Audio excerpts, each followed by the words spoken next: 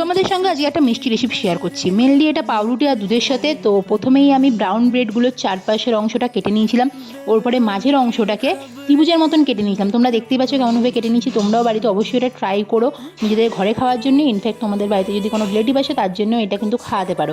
দোকান থেকে মিষ্টি না কিনে এটা অবশ্যই খাওয়াতে পারো সেখানে দাঁড়িয়ে। তো দেখতেই পাচ্ছ তোমরা কেমনভাবে কেটে নিয়েছি। তারপরে আমি এটাকে ত্রিভুজের মতন করে নিয়ে কড়াইয়ের মধ্যে তেল আর ঘি, সামান্য পরিমাণে ঘি দিয়ে ডিপ ফ্রাই করে নিয়েছিলাম এমনি ব্রাউন ব্রেড। তারপরে আবার ওটা ক্রাঞ্চি টাইপের একটু করে ভেজে নিয়েছিলাম। তো তোমরা চাইলে পুরোটা ঘিও ভাজতে পারো। আমি তেলের সাথে ঘি দিয়ে একটু গন্ধটা সুন্দর হওয়ার জন্য একটু ভেজে নিয়েছিলাম ডিপ ফ্রাই করে।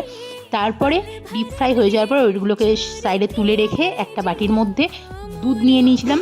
ওর মধ্যে 2 কি 3টে মতন এলাচ একটু গুঁড়ো করে দিয়ে দিয়েছিলাম। ওর সাথে চিনি অ্যাড করেছিলাম, আমুল দুধ, ওই 10 টাকার যে আমুল দুধগুলো হয় ওই আমুল দুধের পাউডার অ্যাড করেছিলাম, সাথে কনডেন্স মিল্ক অ্যাড করেছিলাম, আর হচ্ছে গোলাপ জল অ্যাড করেছিলাম 1 থেকে 1.5 চামচ মতন, জাস্ট গন্ধটা সুন্দর হওয়ার জন্য। তোমাদের বাড়িতে যদি কেশর থাকে কেশরও অ্যাড করতে পারো, আমার কাছে ছিল না তো আমি অ্যাড করিনি। দিয়ে ওইটাকে ভালো করে ফুটিয়ে, জাল দিয়ে ভালো করে ফুটিয়ে নিয়ে ওটাকে একটু সামান্য ঠান্ডা হওয়ার জন্য রেখেছিলাম। তারপর ঠান্ডা সামান্য পরিমাণে হয়ে যাওয়ার পর যে পাউরুটিগুলো ভেজে রেখেছিলাম ডিপ ফ্রাই করে ওইগুলো ওই দুধটার মধ্যে দিয়ে তারপরে ওইগুলো মানে একটুখানি ডিপ মানে ওর মধ্যে একটু চুবিয়ে নিয়ে যে ফ্রিজে রাখবো যেটার ভিতরে করে ওইটার ভিতরে তুলে নিয়েছিলাম।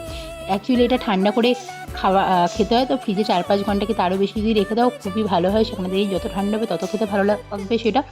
তো তোমরা অবশ্যই এটা করো। তো তুলে রাখার পর আমি তোমরা তো এখানে দেখতেই পাচ্ছ এগুলো। দেন আমি ওটা তুলে রেখে যে বাকি যে পরিমাণে দুধটা ছিল ঘন করে ওই দুধটা এই গোটা পাউরুটির মধ্যে দিয়ে ওর ওপরে আমি ড্রাই ফ্রুটস অ্যাড করেছিলাম, আর সাথে ফ্রিজে আর কি রেখে দিয়েছিলাম। ড্রাই ফ্রুটসের মধ্যে আমার ছিল আমন্ড বাদাম, কাজু আর কিশমিশ, ওইগুলো একটু কুচিয়ে নিয়ে ওইগুলোই দিয়ে দিয়েছিলাম। তো বিশ্বাস করো খেতে খুবই সুন্দর হয়েছিল। আমার নিজেরও পার্সোনালি খুবই পছন্দ হয়েছিল আর আমার বাড়ির লোকের পছন্দ হয়েছিল। এবার হচ্ছে চিনির পরিমাণটা অবশ্যই তোমরা বুঝে দেবে, কারণ হালকা মিষ্টি হলে বেটার, বাট কেউ যদি বেশি মিষ্টি খাও সেই বুঝে চিনি মিষ্টিটা দিও। আর তোমরা অবশ্যই কিন্তু কেমন হয়েছে বাড়িতে বানানোর পর জানিও, আর আমার ভিডিওটা কেমন হয়েছে অবশ্যই কমেন্ট করতে ভুলো না কিন্তু। তো আমার পার্সোনাল এক্সপিরিয়েন্স থেকে লাইফে ফার্স্ট টাইম বানালাম এটা, বাটটা সত্যি খেতে খুব সুন্দর হয়েছিল আমি নিজে বলবো। তো অবশ্যই একটা লাইক আর একটু সাবস্ক্রাইব করে দিও আমার চ্যানেলটাকে।